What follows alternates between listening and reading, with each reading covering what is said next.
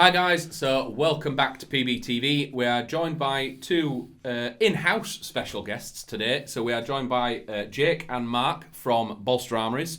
We're going to go over a few things that are coming up that are soon to be released, that have just been released, and some sort of events that are happening this weekend. So if you're watching this in a couple of weeks, there may be some more content about it. But Jake is IPSC born and bred. Mark has run sites and sort of is the driving, and these two are the driving force behind Bolster Armouries. But a little bit about yourself, Jake. Obviously, this weekend is an IPSC competition in honour of Mark Farah. Yes. Called the Farah Cup. So if you're not into IPSC, it is what became of the target shooting scene after sort of real steel pistols were banned. A lot of people went to Airsoft. But yourself, how did you start in IPSC to the point of where you're now building pistols like this? Well, it started exactly 10 years ago this year. I wanted to go, day? October. I wanted to go skirmishing. You know, I've seen it on YouTube, want to go skirmishing, seen all these YouTubers, and I was too young to go. So I found out I could go to Halo Mill and shoot practical pistol. So young people out there, what's the minimum, what's your youngest that you're allowed to IPSC? Because obviously most airsoft sites it's 12, 13, 14 years old. Yeah. I think Halo and outdoors it's 14. What age are you allowed to participate in IPSC? I believe you can shoot an action air competition from about 10. Right. Which puts you as a super junior. So obviously throughout the entire sort of division setup, you've got super junior, junior, then you've got sort of your main range of ages, which then follows on to senior, super senior and grand senior. So you can have people right the way down from when I started at sort of 12, right the way up to 75. And each of them ages are also split, because you've mentioned before like open and like classic and things like that. So each one of them ages, are they split down into like the weapon platform as well? Yeah, so of course these are open guns, which is what I shoot at the moment. So they've got the compensators, they've got the red dots. They can have bigger flared mag wells, but these are just sort of standard sized. And the rules on it? So obviously you're allowed to do all this kind of stuff, but there must be some limitations. What is it that you've got to abide by? Open is nearly, if it goes, it goes. There is still limitations, like your mag length can't be bigger than 140 millimetres. Right. You're limited so to it's 20. more of an overall size thing rather than like the actual capability of the platform? Yeah, so you obviously across the board it has to be a slide blowback. It can't be like an AAP where it's just a bolt. Right. If you go to more of a standard division, then you have to fit inside of a box, which is basically the size of a TM 5.1 with a magwell on it. So it's literally a metal box, and if it fits in that, you can use it? Yeah. And there's also a lid to go on it, so it's like the width cat. You have really big thumb rests and gas pedals. And so going forward from that, what's your sort of, I'd say career path, but what was your experience going through IPSC, like competitions and things like that? What was your peak? I shot my first competition in 2015, I believe, which was at a club in Burnley. After that, I've shot countless competitions all the way up to sort of level 3, European Championships. Then we also did the multi-gun syndicate, which was basically Airsoft 3-gun. Right. So that's going pistol, AR, shotgun? Yeah. So we did that with obviously the gas rifles such as TM, MWS, MTR, and shell ejecting shotguns in the Cam 870, and gained really good sponsors from that. Yeah. Which then took us through to the British Championships for the multi-gun syndicate, which I won in 2019. Since then, we did the European Championships again, came 6th in that, in the last one of those that was held. And at the moment, it's the run-up to the World Championships. So how do you see IPSC as sort of, it's very difficult to scale it in comparison to Airsoft, and again, with real steel being so prevalent in some countries, how do you see IPSC as it grown since you started it, or is it sort of just this kind of sort of trudge along and been the same faces, or do you see a bit of an insurgence every now and again? It varies with the time of the competitions, I think. It sort of stayed pretty steady in the UK, in Hong Kong, sort of Asian countries, it's very big. Yeah. And they have their clubs have got so many members, compared to especially the UK clubs, because it's not as well known, especially in the UK. I think it's obviously more of a niche than a standard airsoft game. So trying to get that compared to a people, obviously there's a lot of people trying to get into airsoft, and we get it all the time. There's like young kids that are trying to get into it. So what's kind of the easiest first port of call? Obviously, say there's a 10, 11, 12-year-old that's like, I can't go airsofting, but I'm allowed to do this. Where's the best sort of contact point or the easiest access point of how to get into it? So if you want to come to our club, we're obviously based in Huddersfield. Mm-hmm. We operate every Monday night from around 6 till around 9. And just the best I can say is come and have a go. We do have sort of rental gear for anybody who wants to try it, and it is run to the rules of a match for say. So you're teaching the gun safety, and you're doing it. You're trying to instill that gun safety, so when you are doing a match, it's not your muscle memory is just there. Yeah. We've got to do a level of straight up. You can do this, you can do this. But I've tried to be quite gradual with the getting to the strict rules. We'll mention it, but we won't. You're not going to get told off if you run with your finger on the trigger on your second night. It's definitely a gateway for that younger crowd to start getting that gun discipline, start getting into it, understanding how things work. Yeah. And then leading on from that, all that many moons later, or then many years later, you're now building these for Bolster Armouries.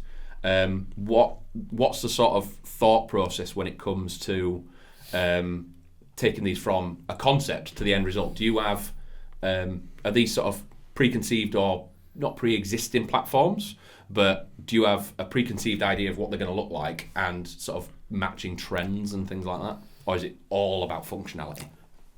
It's a bit of both. So part-wise, it's all parts which I use on my own pistols. There's nothing in there which I wouldn't happily use. Visually, again, it's most of the time it's something which I've had before or had similar. Currently, the 2 Farah Kappas, I've got one in silver and one in two-tone. That's these two. So basically matching those two. Yeah. And I've had the Quartz 3.0 nearly identical as well.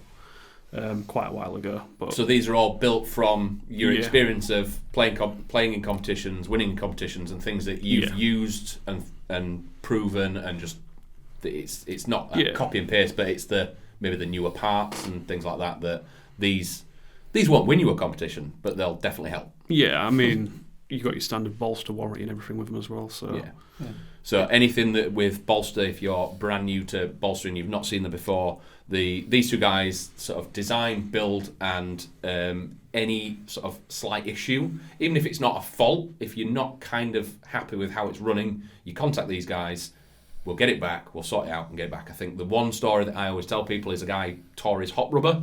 It got returned to us on a Tuesday, it got fixed, and it was back to him before the weekend, so he could still use it at the weekend. Yep. That's the kind of sort of results that you're wanting off spending a lot of money on the various things that are around me that'll come out in due course. But coming on to Mark then, a little discussion of what's coming up for Bolster, because we have got the classic, which is the Onyx. Yep. So this was the bread and butter of what started Bolster. Obviously we have our media one that we run around with, but this is the last current the last run of the Onyx. Of this drop. So it might be the last one of these that we see for a while, because the next sort of iterations that we've got down here that we'll come on to are going to look slightly different. But the Onyx has had about 3 different 3 different iterations. And some are very minor, like different colour triggers and stuff. But obviously, every time these come out, technology advances, and obviously that keeps in with that warranty that we spoke about. That with that 2-year warranty or 100,000 rounds, that if the tech changes, like hot rubbers or like that, you'll get the new new part. When we do, if there is a problem or there is an issue inside, we would update it to the latest rendition internally. You would not just stick with the original. So when we're looking at it is a Crytac base, so people look at this going, it looks very, very familiar. It is a Crytac Barrett. It is. So internally, I know this is probably going off the top of your head, but you've probably built enough of these that you probably know roughly what's inside it. But give us a little sort of spin down of what's inside it, and not necessarily why, but so each part in this has been R&D'd out of its eyeballs and has a purpose to be in here. So why? So pretty much, we wanted to build a rifle which was going to last, perform, and basically give you an advantage on the field. And we wanted it so you could just pick it up, play, not have to do any upgrades or have any worries. If anything did go down, you'd just contact us and we would deal with it. So with that, we've put a warhead motor in there, high-speed warhead motor. We have adjusted the gears in there to allow for 11.1 in the Crytac. We have fitted a gate Titan. We have fitted upgraded piston, full air seal kit in there, FPS full air seal kit, gate with gate air seal parts as well. We've got the Gate Eon hop-up chamber in there, Prometheus barrel. So you can just see the little flash of purple in there. Yeah, and they're all in our custom colours, done by Gate. And then hop rubber, Prometheus hop rubber, Maple Leaf Omega nub, and just keep on and on really. Yeah, and the other thing that I like to tell people in the shop, that these will not leave the workshop until like you would actually use it in a game. Yeah, I mean we scrutinise them a lot. Yeah. When we've built them, I will take it out and test it. Jake will take it out and test it, and if we're not happy, we'll take it apart again. Yeah. Or we could spend time just on that range, if just trying to getting it shooting as straight as we would want to take it to the field. And there's a few slight different visual differences. Obviously, the stock tube, the mock bolt, and the barrel have been Cerakoted. Yeah, Cerakoted in Northern Lights. So so you have a very easy visual. I think when you cut around the field, these things you do when you sort of see one, you're like, is that a Bolster? You can clock on quite easy. But yeah, there's been a few iterations, but the people that have the early ones, they're not at any disadvantage. It's mainly things like the suppressor slightly changed, a different trigger colour, the hop and things like that. Yeah. But this is the current last Onyx, and again, many of these out there now, but they will return at some point. But looking at what's coming soon, we'll do a world exclusive, I think. So this is a world exclusive of what's coming. Yeah. So the first AK from Bolster Armouries. Yeah. So this has been a long time coming because obviously R&D parts and things like that, and wanting it to be perfect. So very similar to the Onyx. Have a little what have you done inside here, and what's it based off? What's inside it, and what is this thing capable of? Do you want to do a bit on that? So this started with the R&D probably about 2 years ago. They're an LCT base with the Magpul furniture in the form of the Magpul stock and the handguard. Yeah. And as the 105 base is bare as it comes, so it's got the new rail cover and the flash hider, PTS mags, retro arms trigger, and the charging handle extended piece. But mainly internally, it's a full overhaul from the LCT standard. So you got stuff like the warhead motor, Gate Titan. They've got the Gate air seal parts, FPS cylinder, FPS tapper plate, Prometheus 13-to-1s. Prometheus 13-to-1s. We've also manufactured a part that fits to the side of the gearbox to reduce that trigger pull. So now it's just a nice click trigger, so like you would normally get with your M4 trigger. I don't want to do the AK scratch on it. You just lift it up and you can... Nice little short throw. Rather than normally what an AK, your trigger's almost at the back here, but you're having basically tap it. A very, very short throw. And that is, it feels almost not heavy, but there's a comfortable resistance to that compared to the normal sort of slack that you have originally on an AK. So obviously internally, what testing wise, are you currently happy with these? When do we believe that they'll drop, or is it still waiting to be happy and then we're going to announce? These are going to drop in September. Yeah. They are great. They're great guns. We've had the test rifle built for quite a long time. It's had a lot of rounds through it, and that's running spot on still. Yeah. It's definitely a lot heavier than the M4, but I think that's just solid though. That's just an AK. There's absolutely no wobble. I think there's a tiny bit of wobble in the just stock, on the stock, but that's just inherent of M4 style stocks. And what are we expecting out of this sort of rate of fire, chrono, things like that? Have you kind of even if it's just the test one, not the final product? What have you been getting out of it? So as with all the Bolster Armoury stuff, aim for just over 1 joule. So we're hitting about 340 FPS on a 0.2 with hops set for 0.28 to 3. They're shooting a little bit faster than the standard Onyx, so they're going around 28 to 30 rounds a second. So they are going to burn through a few mags quite quickly. Absolutely, yeah. But the PTS easily keeps up. Just dump around, throw another one in. Obviously, with the Onyxes in the past, obviously we've had the case, the mag, the battery. What's this? So with this one, comes with a case, 2 magazines, and as it is, I feel we've sort of looked at sights, things like that. Obviously, come with them already fitted, and we've fitted the compensator on the front. Yeah. So you're letting that sort of the customer for the customer to choose. I think with an AK, some people like to run without, and then I think it's quite a personal choice with the optic. But it still comes with a case. It still comes with everything that you need to be able to case, put rounds 2 down mags. range. It still comes with your 2-year warranty on it, and it still has the so same with all bolsters. You get your service within the first free service within the first 6 months, just before you get to your 6 months point, just give us a call. They will grab it off you, or you can send it in and you get a free service. And again, that's an opportunity, just like I'd like it slowing down because my site doesn't like certain rate of fire or like that. I mean, we have had that with customers get in touch with us to slow guns down. It's totally fine. It's like they will. Like you've had people with pistols wanting to run that you tune these for X weight and X gas, but there's people message saying because these won't be tuned for sort of map gas, HPA and things like that. They need slight different tweaks, and again that is something that these guys will offer and be able to do for you. That if again you go to some sites and they're like 20 rounds a second is max, the Titan allows you to sort of throttle that back a little bit, and it's all totally fine. All these come with a warranty book as well.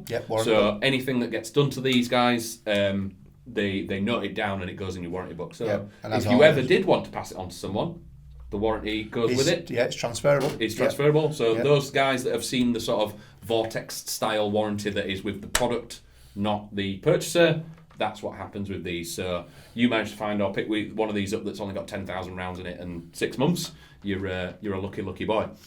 But again, that's what is coming soon. In addition to that, people have seen, is it the Blackout that's coming as well? We've already had the Blackout. We made a few of them for that to see how they go, see people how they liked against the Onyx. They sold out very fast. They sold out within just over a week. And so Blackout is slightly shorter than the... No, it's the same. So same it's length. the same length, but it comes with an oppressor on the front. So no suppressor, just comes with an oppressor with a Bifrost tracer in there. So fully black with carbon Cerakote on the areas that are done in Northern Lights. In Northern Lights, and we also black out the bullets in the mock bullets in the mags. Just so it goes with the name. That's what. A little bit more sort of a stealth CQB. Looks a bit more aggressive.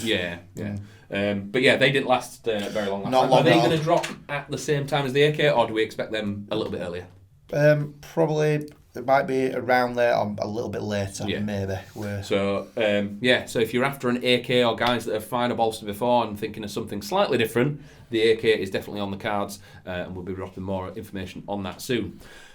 Also, these guys are the sort of two main sort of driving forces in our workshop, and we do get questions all the time about custom work.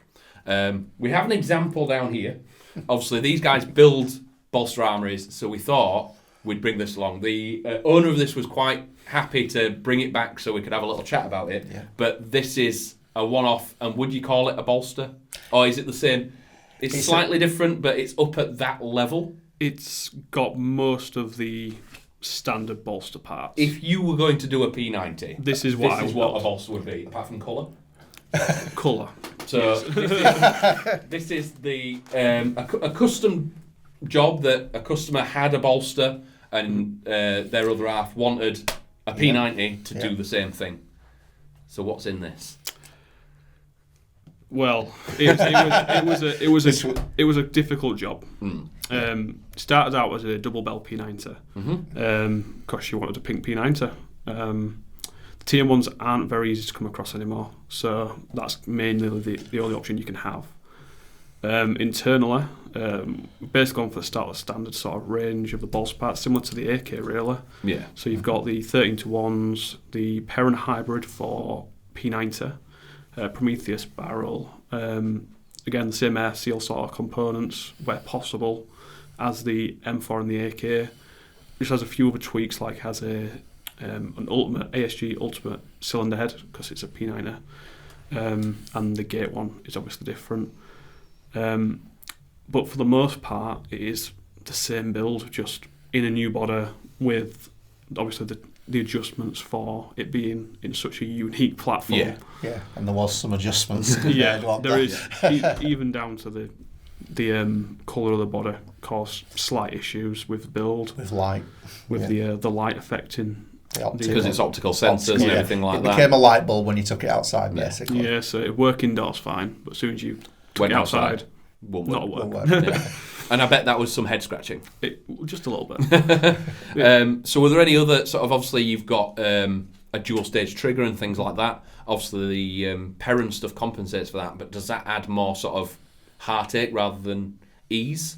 Obviously you're saying it's a very unique build, but obviously even the mechanics of it are slightly different as well. It's probably just as easy to build with a Perrin as is a standard MOSFET in a P90. Yeah. Trying to fit it to the double bell specifically is a bit more difficult than a Cyma or a TM. Just off spec. Yeah, obviously these run a different sort of bearing to the standard P90 gearbox. These are on standard 8mm bearings, which it makes fitting the actual MOSFET a bit more difficult. But once that's negated, the builds went together great. Yeah. And then once it was all together, what were you getting out of it? It's bolster performance. Yeah. So you're getting that 20 plus rounds a second? It's probably closer to 32. Really? Yeah, it's fast. Yeah. And it shoots as far as, I'd almost put it at DMR level at about 330 FPS. Yeah, because people will look at this and just presume that the barrel is tiny, but the barrel is all the way back here. So you're not limited on barrel space. So you do have almost an AR size barrel, so you're going to get that range with it. But in a tiny platform, you're expecting this to cause some absolute havoc. Yeah. It does come with, or it came with its sort of counterparts, so you can tell the kind of loadout that this is going to be going with. But with the Vorpal bunnies, with the twin Vorpal bunnies and a pink P90, this is, I think, some people say it's a bit sort of niche and kitsch, but as soon as this starts firing off, they're going to just be terrified of it. Yeah, I mean, it's probably one of the best ways you could have a pink P90. There's not going to be many more P90s out there that are done to that level, let alone pink. Yeah. So, but yeah, and obviously if someone has a platform and they want something like this doing, they can just contact you directly, and obviously workload depending, you come back to them, you tell them what's actually possible. Yeah, I mean, as we do in the shop anyway, any customers can bring the guns in. You can book them in through the shop. Then once you've booked it in, we will then get in touch with an email and discuss. You'll have a one-on-one discussion with a technician about exactly what you wanted, what you want to build. We quote you, and you can decide whether you'd like to go ahead or not. We've tried to make it so it's a nice one-on-one situation as well. So you're not talking to different people. You'll either talk to me or Jake, and you'll just have a one-on-one discussion about exactly what you're wanting out of your rifle and what we can achieve. Because it is a difficult thing to, if you're not a tech or sort of been in the hobby that long. A lot of people say, I want it to be 350 FPS and I want it to shoot this far. There's many different ways to sort of increase the performance of a gun, whether or not it's just a barrel hop sort of change, a motor change, or a full bolster insertion into something that is a bit of a weapon. And again, if you want to contact these guys and just discuss what is capable, because obviously you might have a platform or something a bit weird, and you might have an MP40 that wants to be a bolster. I mean, there'll be some people in the workshop that'd love that, but I mean, we can sit down, we can talk, but there'll be, like I said, and again, this needed some R&D and stuff like that. Yes, so it did, it is anything's possible.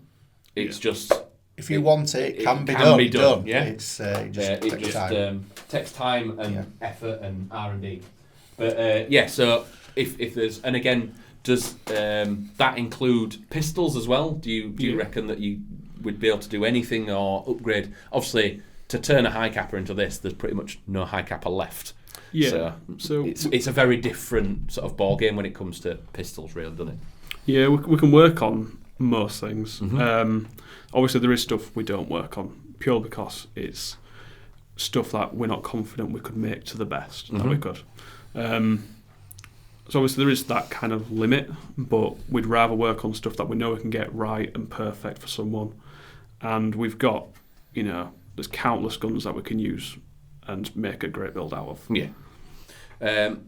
Along with bolster armories and things like that, there is also bolster tuned. Yeah. They are under the same umbrella, but sort of slightly different sort of levels of build. Yeah. People have seen on there the SMG5s and things like that, various different things. What is coming with bolster tuned?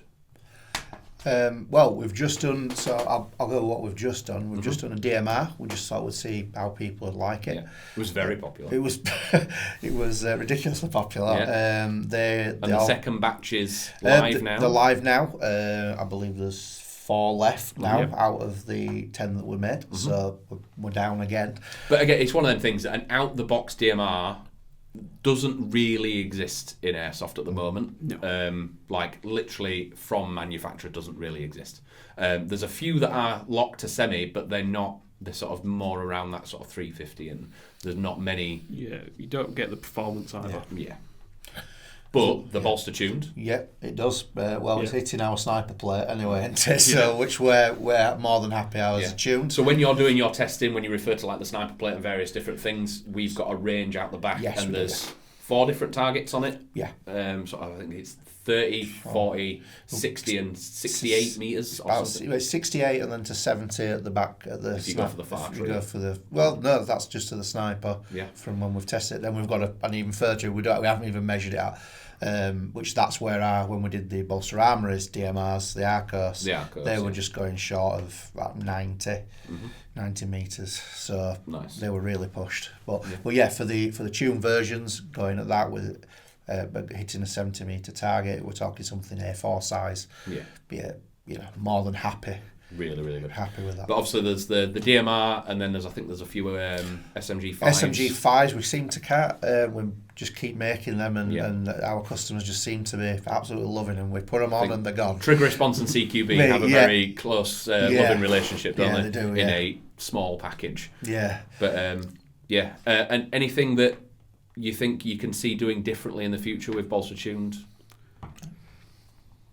Maybe expand the platforms.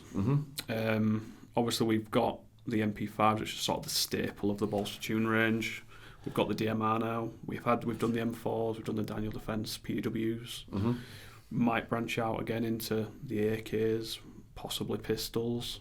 But because I think one of the first ever was the AK, wasn't it? It was the AK. Yeah. Very, and again, small, subcompact sort of AK-74U. Just that sort of slightly tuned, so it's not quite a bolster, but it's built to a point where your trigger response is really, really good, your range, your accuracy, and it's taking a platform that is good and just making it better. Yeah, just pushing it a bit. Cool, so we have covered a hell of a lot there. So again, if you're wanting to know anything about IPSC, drop a comment below or reach out to people in your area that are doing it. There's how many clubs do you reckon there are around? There's a few. There's a fair few that you can jump on. Again, if you're too young to go skirmishing, definitely a good gateway to get into it. Bolster Armouries, again, we've looked at the last Onyx for now. May have gone by the time we've recorded this video. We don't know. And the AK coming very, very soon, now that the guys are happy with it. 2 years in the making and ready to be released, so we'll see how popular. And again, if it's something that you're interested in, let us know down below.